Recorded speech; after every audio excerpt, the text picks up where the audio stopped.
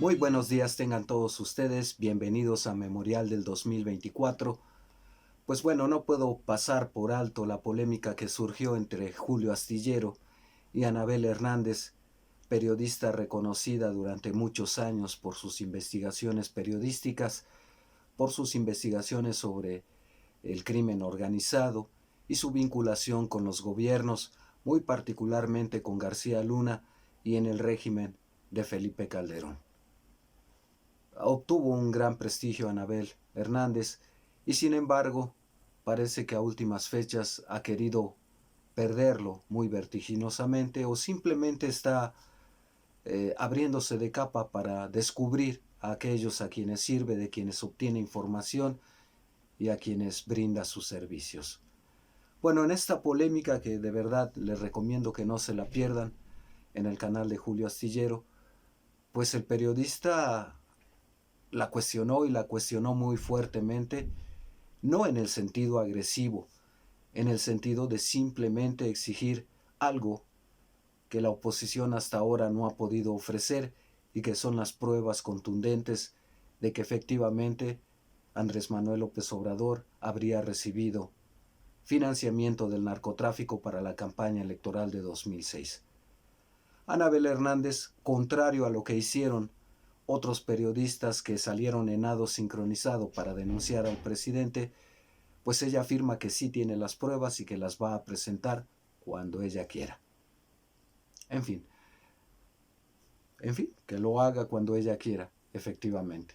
Curioso que sea en temporada electoral, curioso también que no pueda responder a algunos cuestionamientos que son lógicos, válidos, y que simplemente no pueda presentar, al menos dice ella por ahora, las pruebas que dice tener, que son grabaciones de gente cercana, ni siquiera de Andrés Manuel López Obrador, aunque por ahí dicen que hay una llamada con la Barbie, conocido narcotraficante, del presidente, ahora presidente de la República, con ese peligroso narcotraficante.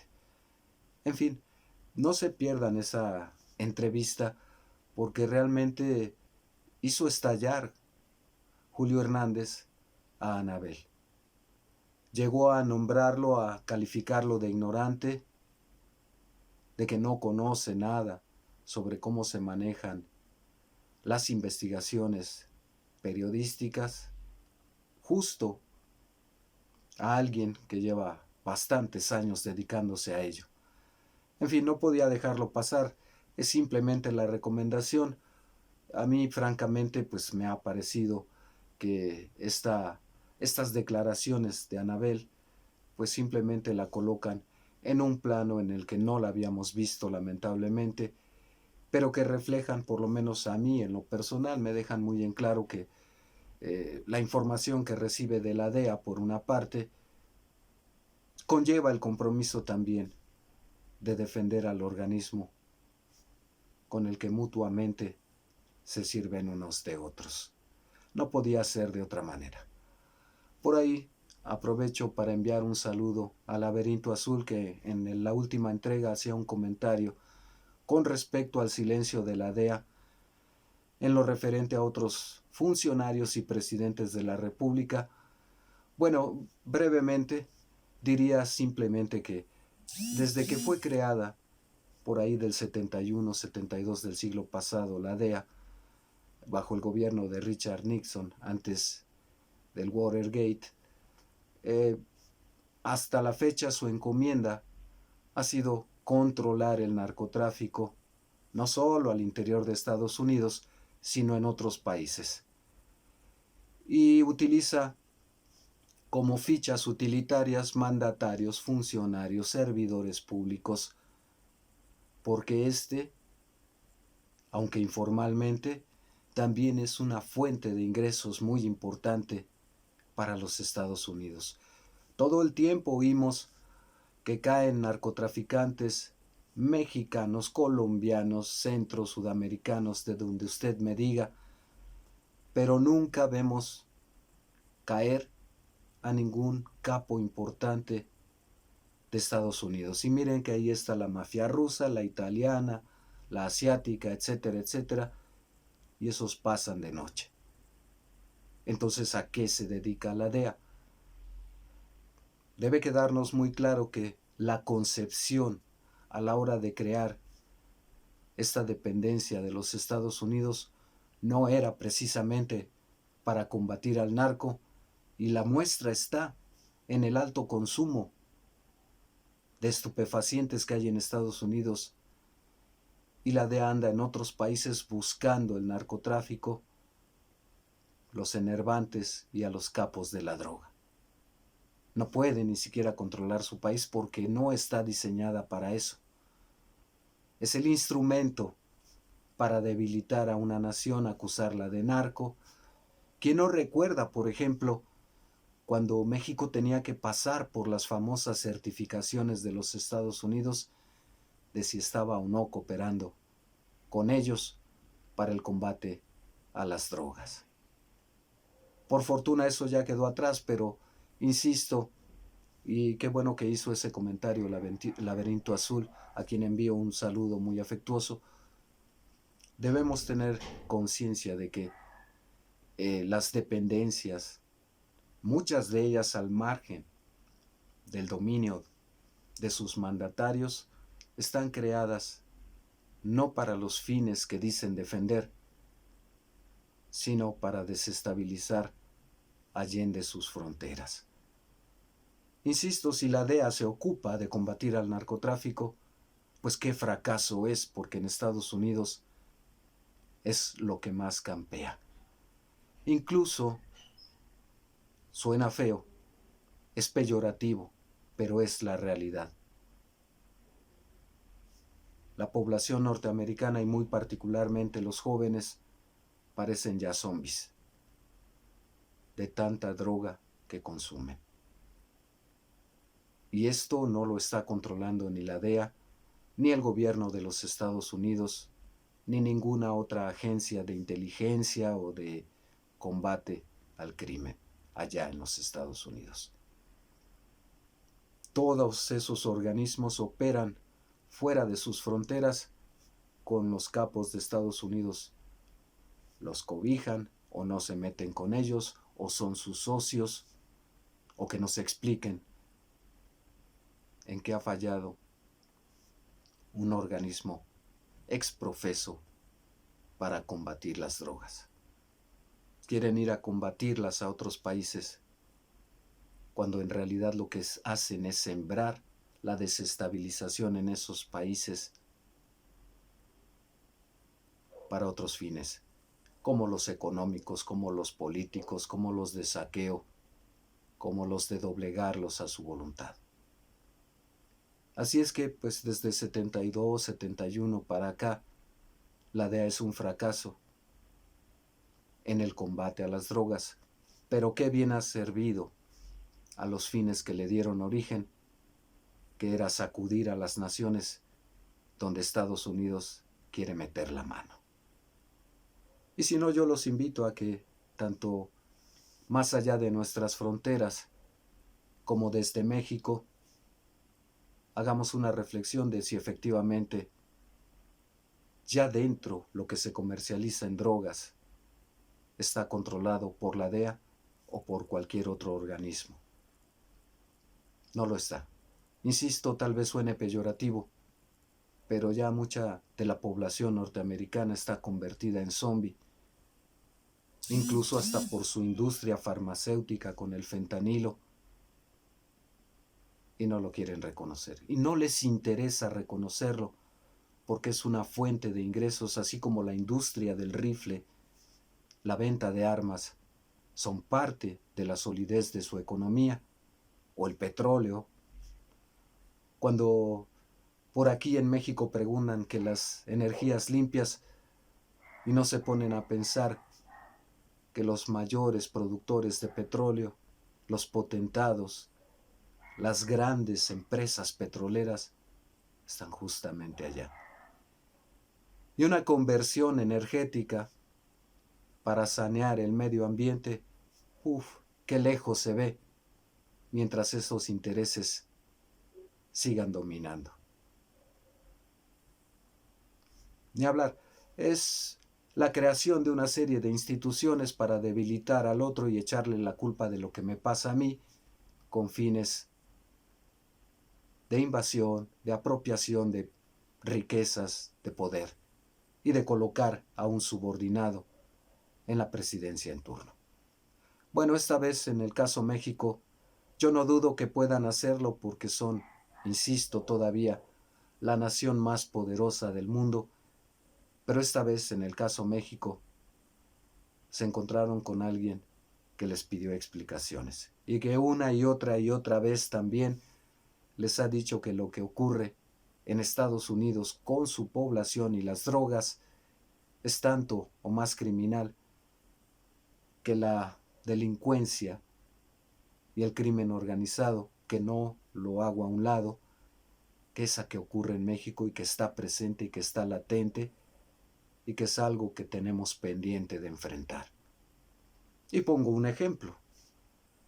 En el caso Tamaulipas, acaban de enviar algo así como 600 elementos de la Guardia Nacional y del Ejército, cuando una sola célula del crimen organizado en esa entidad tiene 25,000 integrantes. Una sola célula. Parece chiste, pero es la realidad.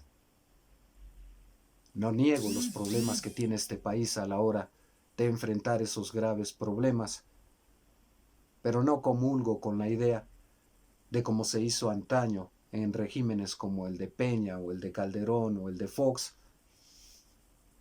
de darles manga ancha para que operen en el país. Parte de este pleito del escándalo de querer endilgarle una presunta recepción de dineros del narco en su candidatura de 2006 Andrés Manuel López Obrador tiene que ver con ese afán de venganza de la DEA, porque por primera vez les pusieron un alto y ya no los dejan operar tan libremente. Ahora tienen que rendir explicaciones e informes de lo que hacen en México. Naturalmente no todo lo van a informar. Insisto, tienen los mecanismos y las maneras para hacer lo que se les dé la gana. Pero es un golpe a su ego, al orgullo, y en ese sentido este gobierno se las debe. Y se la van a cobrar, naturalmente. Veamos cómo. En fin, en medio de todo esto, pues bueno, yo sigo viendo los intentos de las oposiciones de ese afán entreguista precisamente con los Estados Unidos. Como diciendo, nosotros, la oposición, somos garantes de que ustedes van a poder hacer en México lo que les dé la gana, los vamos a proteger legal, política y jurídicamente. Manga ancha para la inversión extranjera. ¿A qué costo? El de la pérdida de soberanía. Y no porque hoy seamos un país muy independiente y muy soberano, pero a este paso ese sería nuestro destino. En fin, bueno, yo los invito a que vean esa entrevista que terminó en debate entre Julio Astillero y Anabel Hernández para que se den una idea de que, pues, por eso tan rápido se cayó este supuesto escándalo y me ha tocado ver de verdad con asco las opiniones de los televisos y de muchos de esos actores que están en contra del presidente argumentar tan burdamente, mentir tan falsamente. Cuando empiezan sus programas de supuesto debate, bastaría con decir uno y las pruebas. No, es un escándalo, es el fin del mundo, el apocalipsis y las pruebas. No, pero es que a García Luna por un testigo protegido. Sí, pero discúlpenme, García Luna no es Andrés Manuel López Obrador. Ni tiene una trayectoria dedicada a servir al narcotráfico. Y por otra parte, además, yo no dudo en lo más mínimo que el gobierno norteamericano tenga videos, audios. Olga Warnat, una periodista argentina que sufrió la persecución de Felipe Calderón, dice que ha sido testigo de videos en los que García Luna se reunió con verdaderos capos del narcotráfico.